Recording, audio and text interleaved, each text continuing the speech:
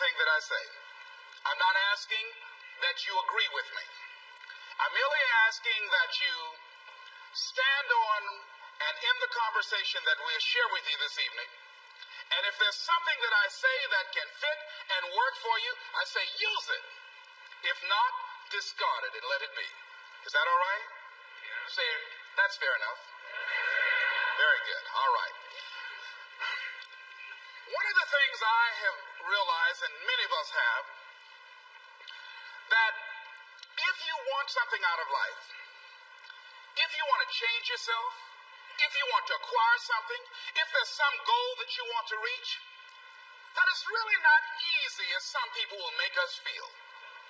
That living your dream, changing your behaviors, overcoming negative habits, it's challenging. It's hard. That living alone is just very difficult. And once we begin to come to grips with the fact that living is difficult, life is very challenging. I heard a song once by a guy named Dimples called, "If It Ain't One Thing, It's Another." I say to you, if it ain't one thing, it's 12 others. Always something. You will never ever have a problem-free moment in life. Somebody said, and I like this, that you either in a problem or just left one or headed toward one. Anybody found that to be so? Raise your hand if you know what I'm talking about. I mean, there's always something.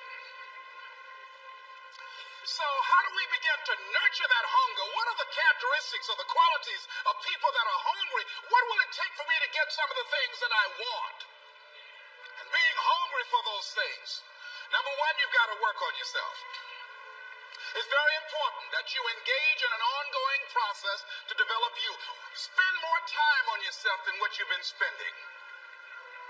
It's very important. You owe that to yourself. I was reading a book by Og Mandino called The University of Success. Read one line, gave me a chill. I didn't have to read anything else in the book. He said, many of us never realize our greatness because we become sidetracked by secondary activity.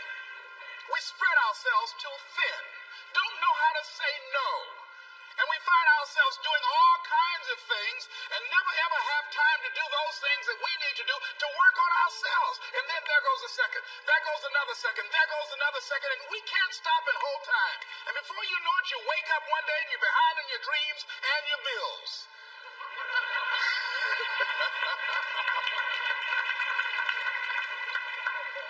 So decide that you're going to take some time to work on you, that you deserve that. From yourself, that your life deserves some prime time because you are creating your own production. As Michael Todd would say, you are the star of your show. You are the director. You're writing the script. And you will determine whether your life is a smash office hit or flop. You determine that. Working on yourself, talking to yourself. That's so very important. Overcoming the negative conversation, that inner dialogue that's going on all the time, even when you don't want it to be there. You can't stop yourself right now from thinking. You can't do it. It's going on. And so learning how to empower yourself, part of doing that is standing up to yourself. You've got to stand up inside yourself sometimes and say, shut up. You've got to do this. I was going to give a presentation, and this voice inside of me saying, you can't do this. You don't have everything it takes. I shut up. Man, I'm behind on my bills, and you're telling me what I can't do. I have got to do it. You get scared sometimes. Your mind will go blank on you. Some people you will allow to unnerve you, and you wonder, what's wrong with me? I'm not crazy. That's why you've got to learn to make a conscious, deliberate, determined effort to stand up inside yourself. Working on yourself, watching that inner dialogue, it will determine the quality of your life. I don't believe this. I know this. I've had a challenge of losing weight. I'm walking through the airport, this voice say, why don't you have some M&M peanuts? No!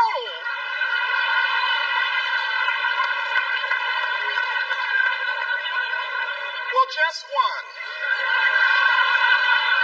Then after you eat that, you might as well have a Snicker now, you sucker. I mean, it's challenging. My mother to fix the kind of sweet potato pie you can't eat with your shoes on. Have to take your shoes off so you can wiggle your toes. It sticks on my fingers. It says, eat it. One little bite won't hurt. That voice, constantly. Little demons from Colonel Sanders driving my car in there. I'd say, no. No.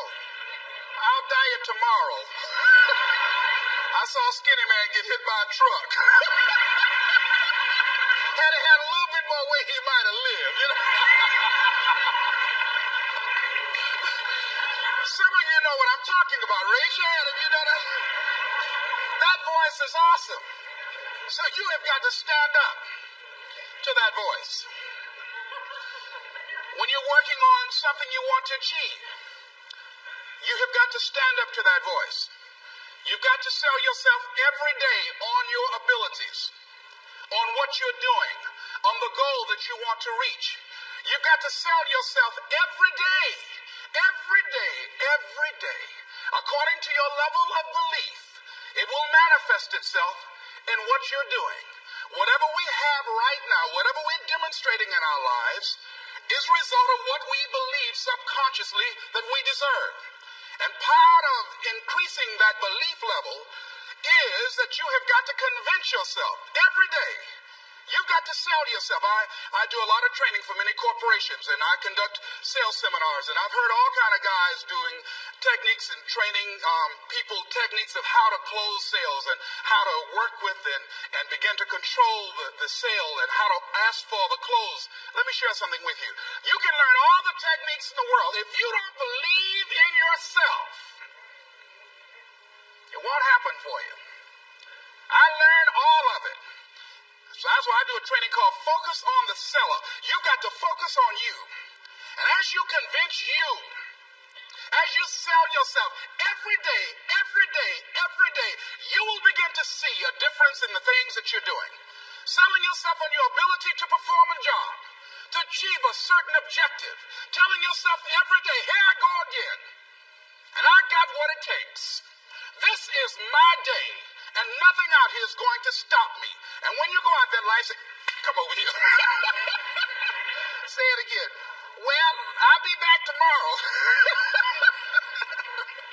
That brings me to the next thing. It takes courage to act.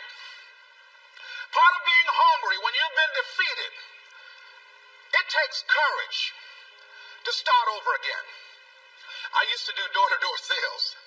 And I was working with another friend of mine, and door-to-door sales, I mean, it's punishing. It's cruel and unusual punishment. And I was a little boy, knocking on the door. Hello, would you like to buy a nice working television set, no money down? No! Bam! They slammed the door in your face. And the friend of mine that was working with me, they slammed the door in his face, and I looked back, and he was going to the car. He said, I can't do this. And he sat down in the car. And he said, you go ahead, I'll be here when you get back. Now, he had a mother and father to take care of him. My mother was ill. I'm adopted. I was hungry. I had to go on. I learned something about myself.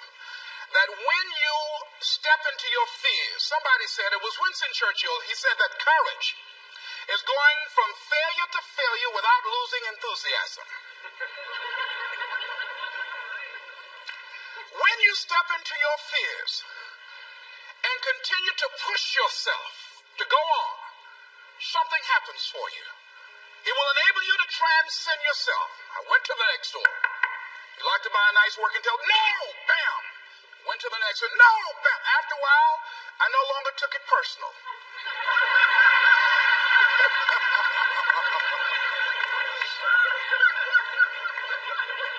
And I began to play a game. I said, well, I know there's a yes out here somewhere. And I'm going to keep on until I find it. And I'm not going home until I do. And I continue to knock on doors. And then somebody eventually would say yes. And I said, are you sure? And I would go in there and I would get the sale. When you have something you want to do, if you don't develop the courage to do that which has been given you to do, and you spend a lot of time going around trying to convince other people or trying to get their approval, what will happen is that you will lose your nerve. And other people will convince you that what you're doing doesn't have any value. And you'll give up on your dream. It's an interesting thing about life, I've also found, that if you don't have the courage to act, sometimes and particularly, if you have something special to do, life will move on you. If it were not for life, I would still be a disc jockey. I didn't just leave voluntarily to go to the state legislature. I was fired. I was working on a job, and I came home one day. I was married at the time, and I told my former wife, I said, that guy Bert I work for is stupid. She said, if he's so stupid, why does he sign you a paycheck? Now, you see why I divorced her, right? I couldn't stand her. That night, I could not sleep well. Here was a guy that was controlling my life. I was going through all kinds of changes because this man controlled my paycheck. And it was Carlyle who said, truth crushed to earth shall rise again. Winston Churchill said, the truth is incontrovertible.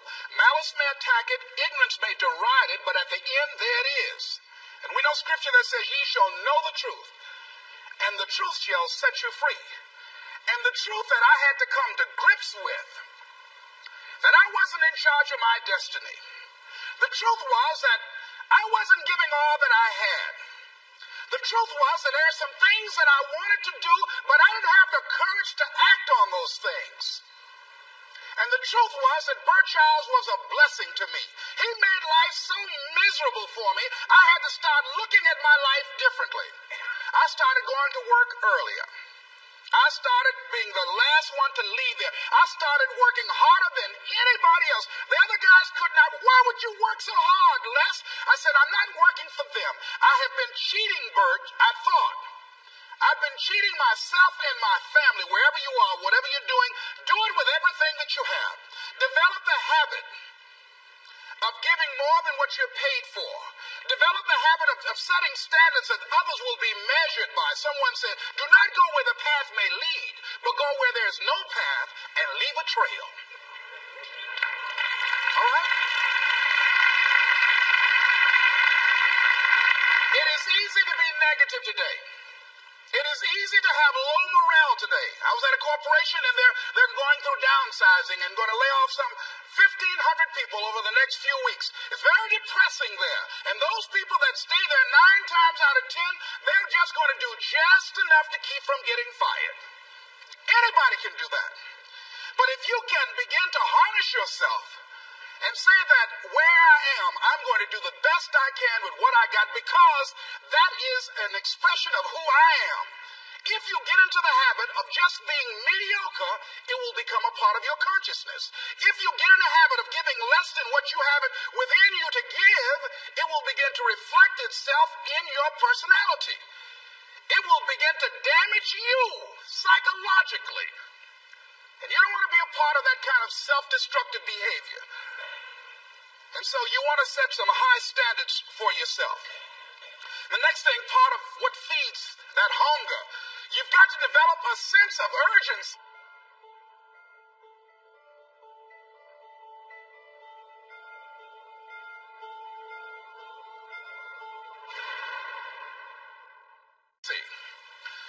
Aurelia said, stop living your life like you have 1,000 years to live. In life, you're either here today and you're gone today. If there's something that you want to do and you can't do it all at one time, do just a little bit of it. I like what Robert Schuller says. He said, by the yard it's hard, but inch by inch, anything is a cinch. Do just a little bit of it.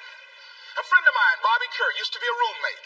Bobby wanted to go into the area of public relations. He loved working with the public. Young lady he wanted to marry named Clarice. Bobby was a great procrastinator. Pretty soon the job where Bobby worked, they transferred him to another location. He went out to celebrate with the people on that new job site. And Bobby suffered a massive heart attack and died. Bobby didn't drink and didn't smoke, was under 40, and he died. Ask your question. How much time do you have left? How much time do you have left? When you start thinking about that, we don't know. We don't know. Bobby took all the greatness and all of the talent and all of his abilities to his grave with him. One of the things he could have put in parenthesis under his name, he didn't use all his stuff. And most of us do that. Most of us don't use the stuff that we have brought into the universe. And we want to make a conscious, deliberate, determined effort to start living life with a sense of urgency and using what we've got. Using ourselves up. Sharing what we brought into the universe to share. Because if we don't, nobody else will. Stop wasting valuable time. Knowing that if we begin to live our lives as if each day were our last, our lives will take on a whole new meaning. They take on a whole new expression, valuing each moment that we are blessed with. The next thing that begins to nurture that hunger, honor yourself as your word. Don't give your word out lightly.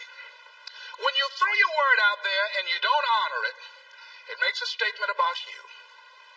If you decide to maintain a sense of integrity with yourself, that if I speak it, I'm going to live it. It's who I am. And I'm going to be very cautious in how I give my word to others, and most of all with the commitments that I make to myself. Because I want my life to reflect my words and honoring who I am and what I express. Another challenging area in terms of nurturing and developing that hunger in yourself is learning the art of becoming single-minded. Learning how to concentrate. Learning how to focus in. And you'll be surprised at the things that you're able to do. When you learn how to block things out, when you learn how to keep thine eyes single, you'll be surprised at the ideas that will come to you, of the people that you'll be able to attract, of the opportunities that you'll be able to see. You'll begin to see things that have been staring there, looking you in the face, saying, I can't believe this has been here all this time. Here's a habit that I do. Maybe it might be of some value to you. I get up in the morning and I start writing what great ideas that I can think of today that can improve me and that will enable me to reach my goal. And I just let my mind flow. Sometimes I write 15, 20 ideas. Some days it's more difficult than others. One idea can change your life. One idea can turn your life around. Deciding that you're going to focus to develop your skills. The guy was the new owner of a baseball team that was in the basement of the league when he took it over. He went to the picture and he said, what is your best throw? And he said, well, I got a good curveball and I've got a good fastball. And he went on talking about his different throws. He said, but tell me this, what is your best throw? He thought for a moment. He said, I've got a good fastball. He said, that's all I want you to work on. Nothing else. Just develop your fastball. The next year, they went to the World Series. Most people don't know where their fastball is. Most people go through life never discovering what their talents are. Most people never develop their talents. They have skills and abilities, but if you don't nurture them, if you don't develop them, they will never serve you. Your gifts can take you many places if you develop your gifts.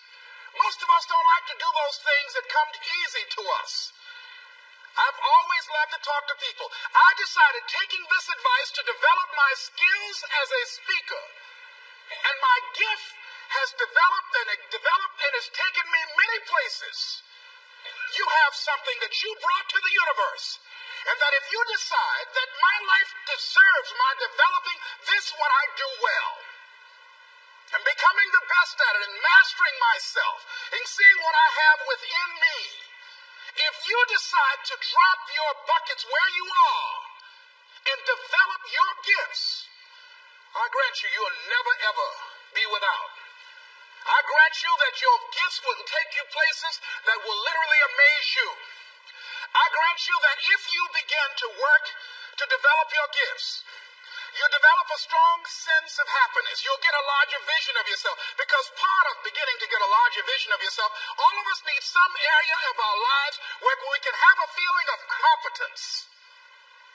That people know when they think about this area, that's something you do. That you eat and sleep that.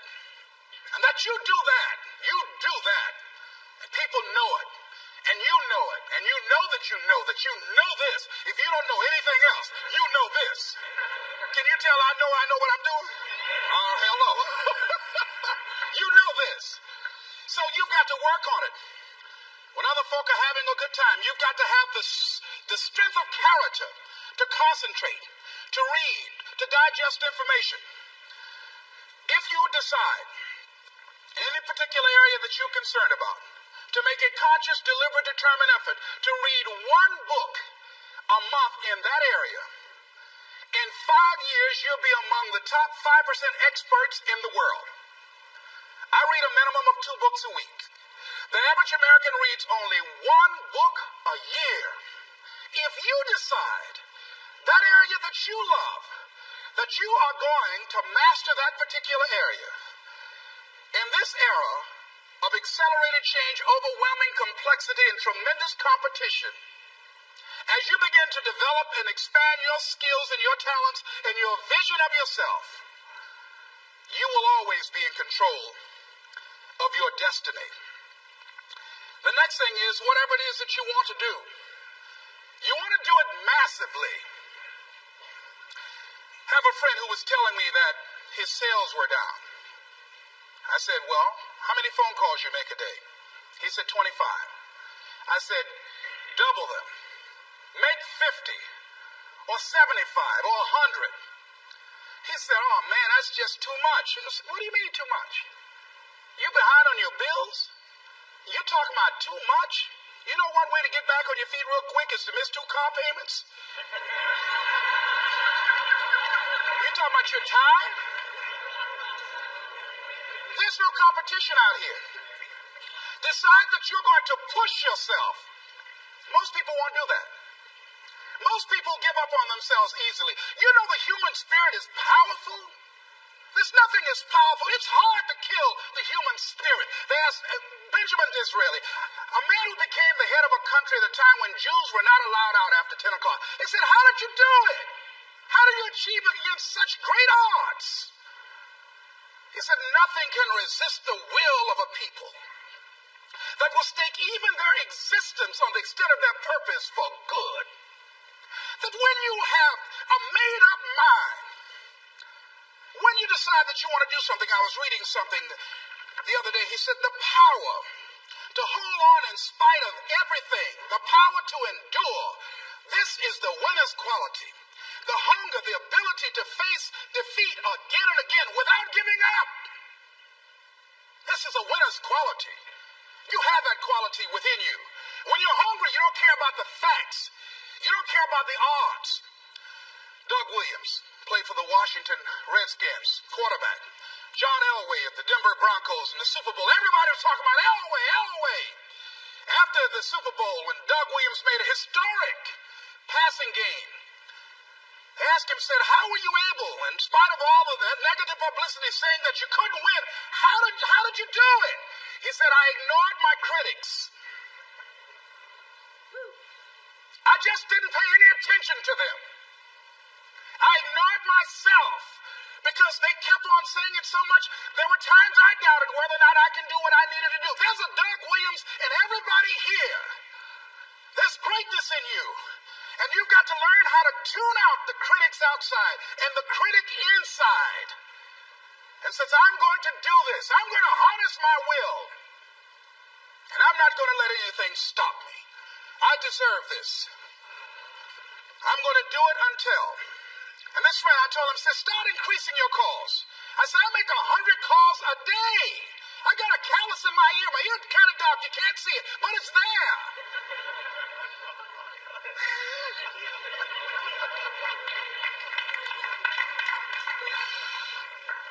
sales have increased.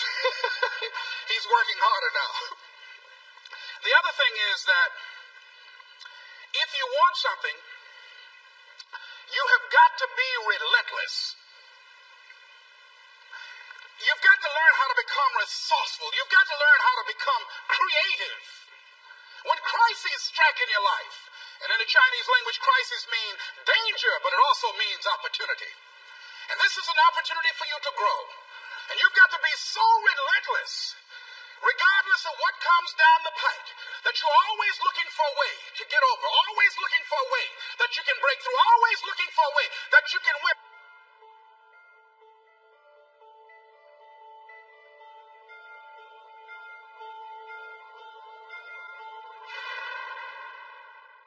Always looking for a way that you can strike a telling blow.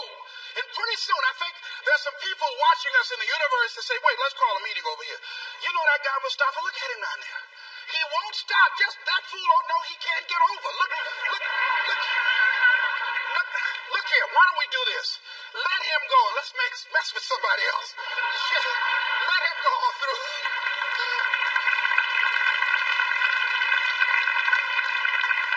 Life will just get tired of whipping you sometimes. And just say, let's just let this one go. I believe this. Now, no one has told me this, but I just kept on kicking. I didn't have sense enough to stop. I was intelligently ignorant. I didn't know what I couldn't do. So I just tried anything. And the fascinating thing about life, because you can't get out of it alive, you might as well have a good time, you know? You might as well have a good time. Live your life with passion, with some drive. I was giving a seminar the other day, and I mentioned that I was going to do some training in August with some young teenagers and take about 100 away to a 2 or 3 day camp and wipe them out. Been working on this. So after the speech, one of the parents walked up to me and said, Mr. Brown, I'd like for you to do something for my son. He's not motivated.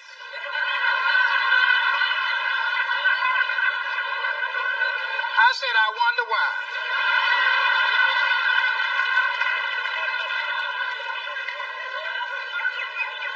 I wonder what's wrong with him. He had no fire whatsoever. See, what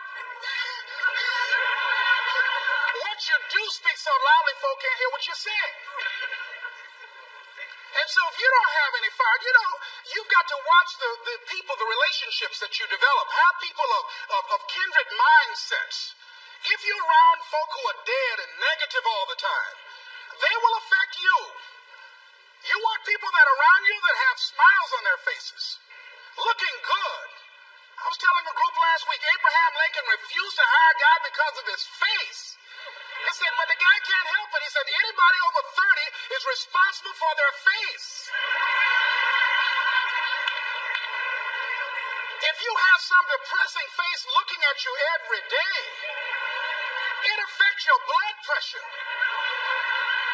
Keep these dead faces away from you. It's contagious. This is serious. So you've got to watch your countenance, watch your face, have an uplifted expression, watch your body posture. All of these things affect you psychically. You've got to be the kind of person that you are fearless. Fearless. Folk leave fearless people alone. There's some people walk through a neighborhood, and every dog in the neighborhood would bark at them.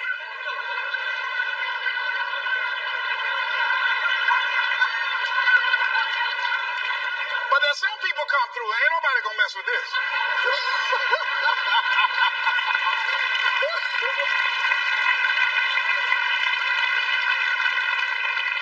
You are unstoppable. And because you are unstoppable, because you've got power that you haven't even begun to use yet, You owe it to yourself to release your brakes. How many of you have the experience of pulling out of your driveway and you mashed on the accelerator and the car was just going, it couldn't move. And you mashed harder and it couldn't move. And then you discovered you had your emergency brakes on. And then you release those emergency brakes and it goes, choo. Have you ever had that experience before? Most of us go through life with our brakes on, holding back, not giving all that we have, not sharing all of ourselves. Most of us go to our graves still holding on, rather than releasing it. What are some of those things that keep us from releasing it? Because of past experiences, past defeats, past pain. We look back, well, it didn't work out then. It probably won't work out now. Many people get confused their performances with who they are. I was reading Pat Riley, the coach of the Los Angeles Lakers.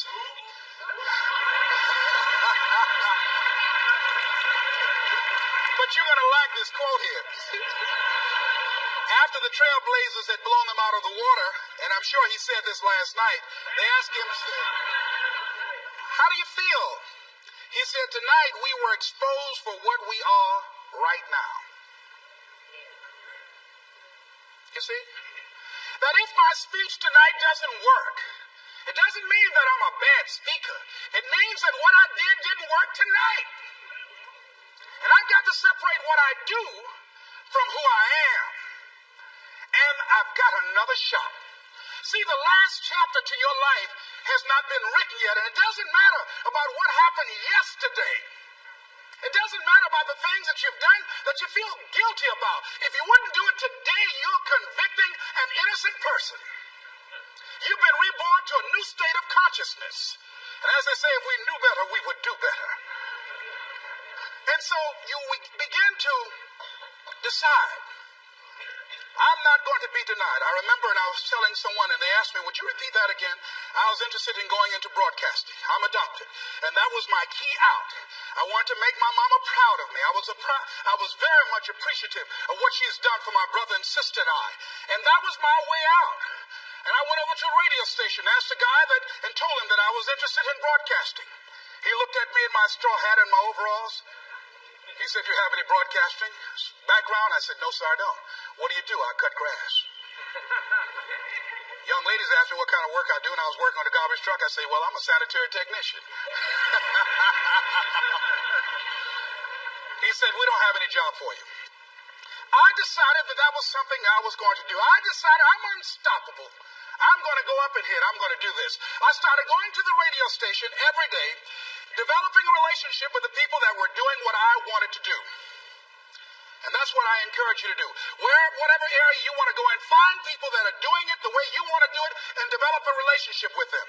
When I decided to go in this area, I wrote letters to Dr. Norman Vincent Peale, to Zig Ziglar, to Dennis Waitley, all of the giants in this area. And I said, this is something I want to do. I've been following your career. Would you help me? Dr. Norman Vincent Peale answered my letter, did an article on me, wrote about me in the most recent book that he issued, and done many broadcasts about me. I'd wanted to develop a relationship and rapport with those people that were achieving those things that I wanted to achieve.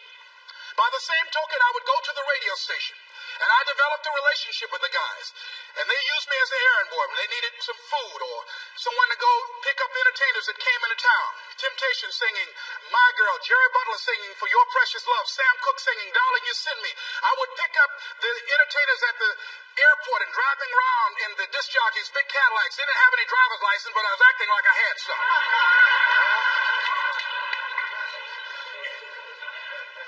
Every day I used to go home and work on my communication skills, developing myself.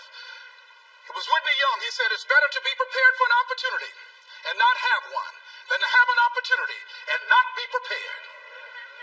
Start working and developing yourself now and prepare yourself for what it is that you want because you expect to get it.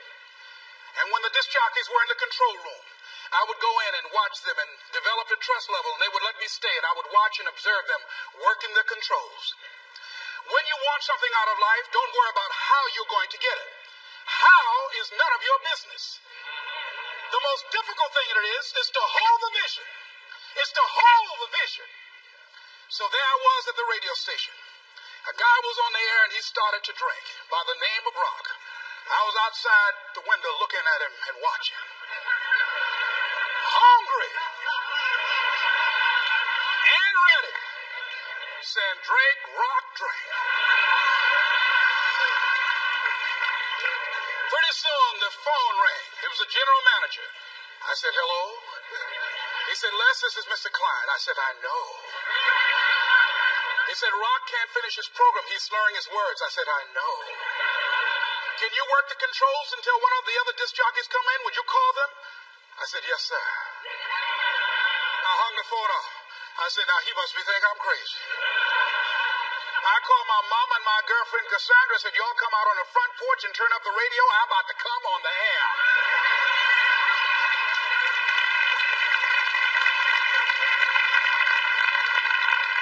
I waited about 15 minutes. I called him back. I said, Mr. Klein, I can't find nobody. He said, well, why don't you go in there and work the controls until they get there? And don't say nothing here. I said, yes, sir. I couldn't wait to sit down at that turntable, Mustafa.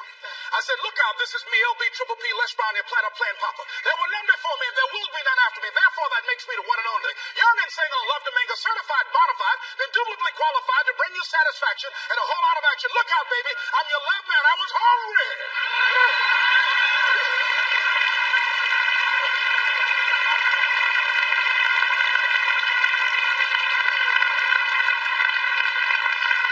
Shake somebody's hand on your right and left and say, you got to be hungry.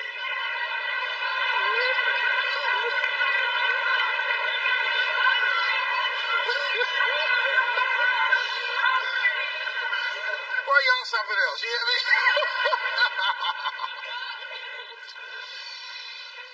You want to be persistent about what it is that you want to achieve.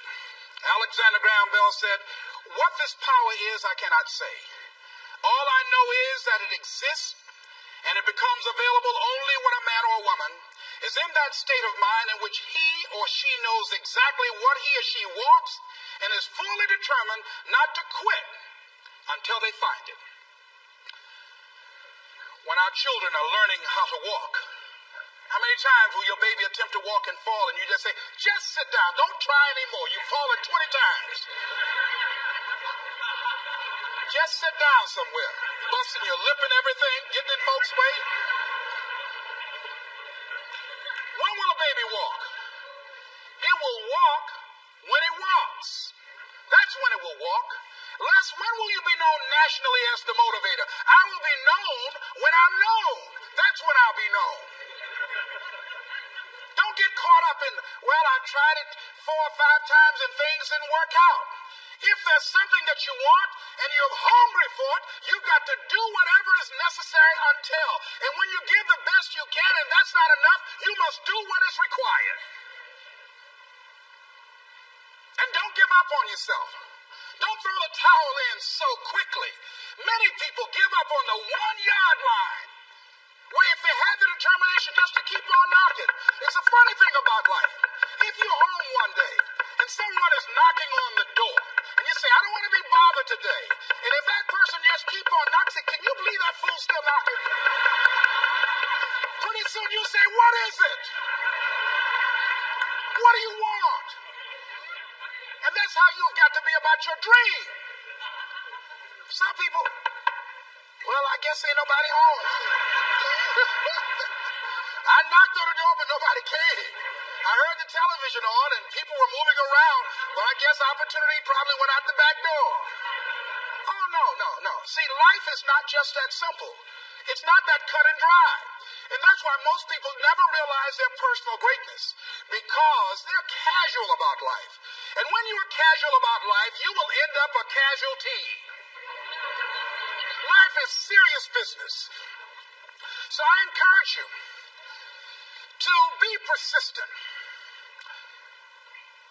to not decide that, well, I've done the best I can. I guess I just can't have it. Don't make that decision.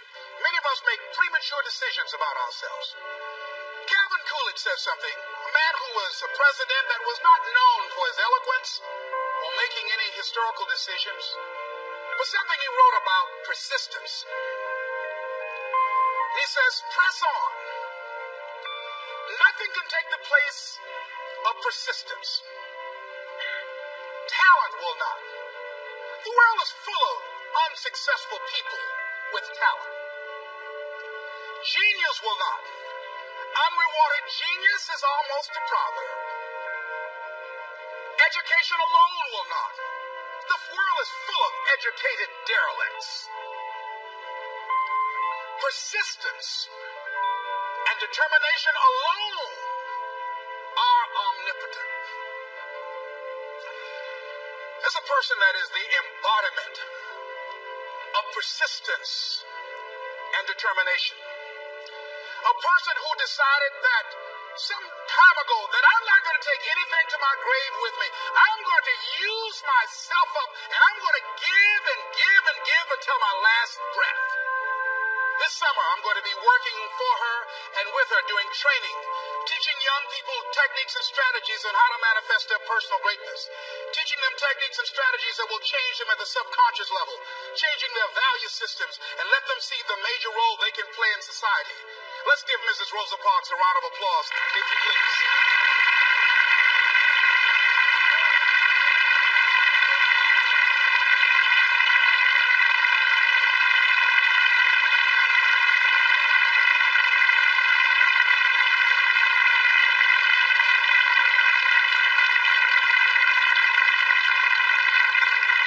Here we are in the presence of greatness. Mrs. Fox, people we couldn't see you. Would you come up? Could you? She's such a beautiful person.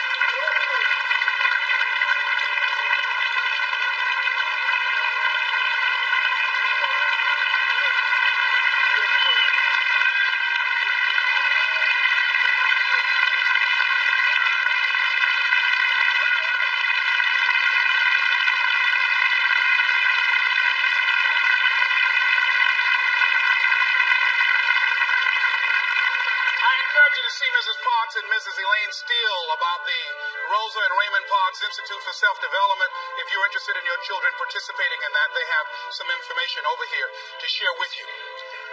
It is just fascinating and just a blessing to have this woman when a lot of folk who are giving up.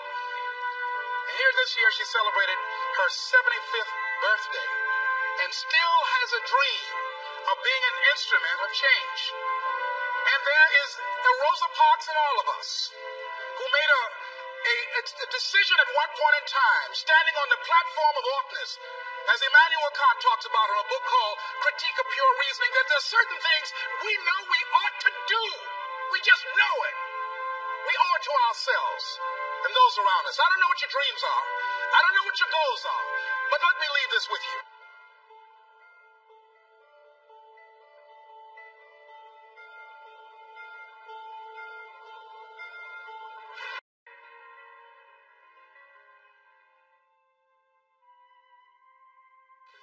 At a time when people are going to work and don't know whether or not they will have a job when they get off, and not necessarily because of their performance, but because of what's happening in the economy.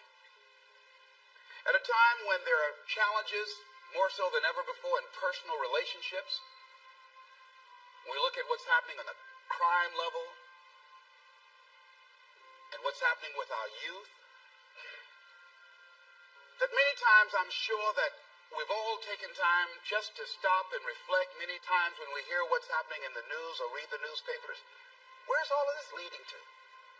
What's going on here?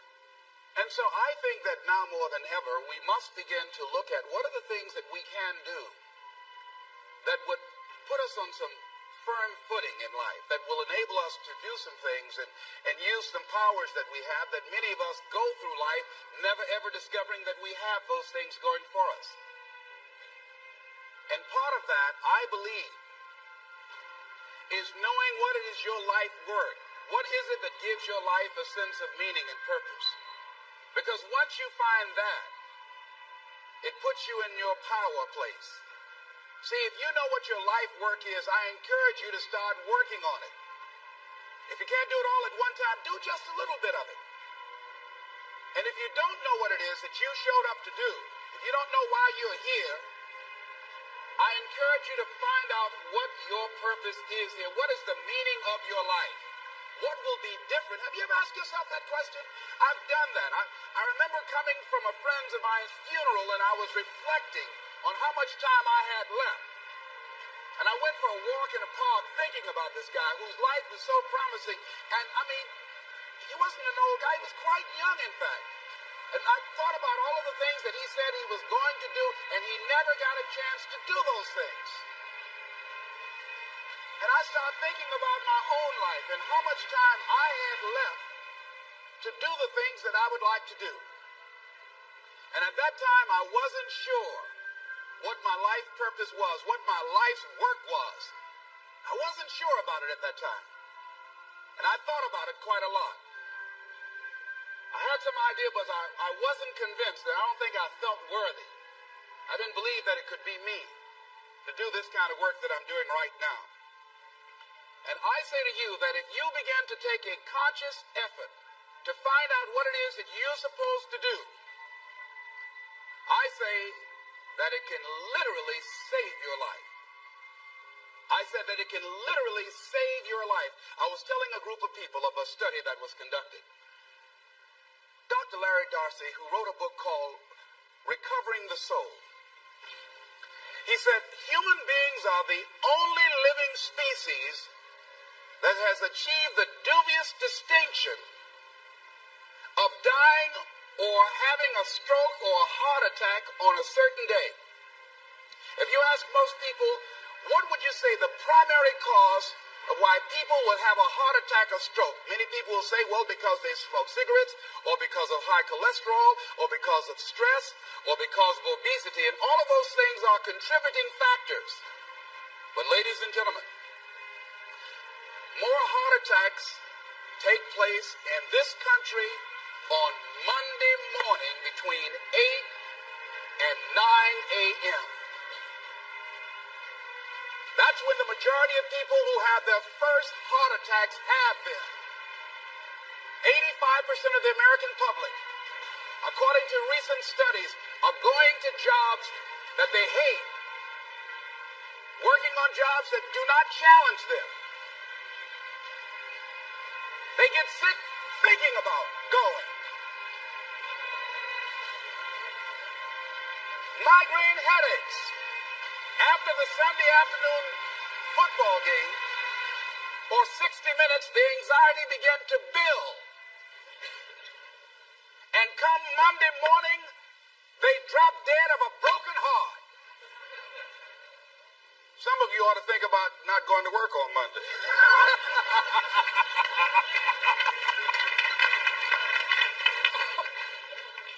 Think about that. People are literally dying to go to work.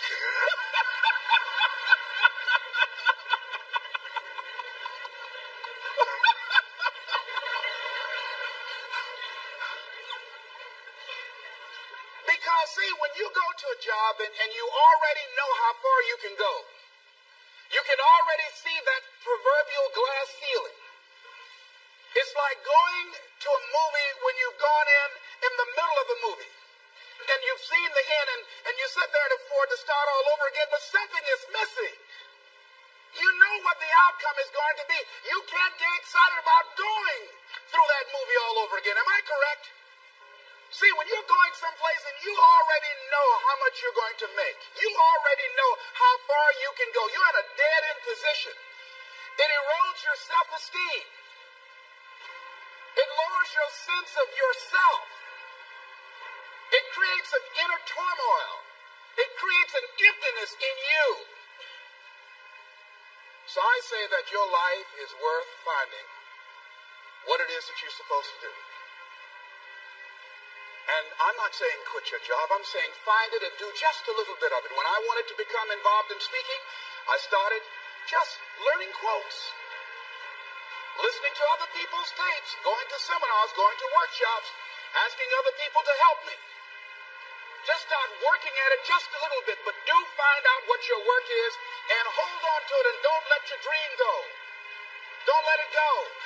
See, and here's something else I want you to begin to look at. Why is it that most people don't pursue their dreams or don't do better than what they're doing if they're capable of doing it? I think that many of us don't go the next step because we don't know what to do yet.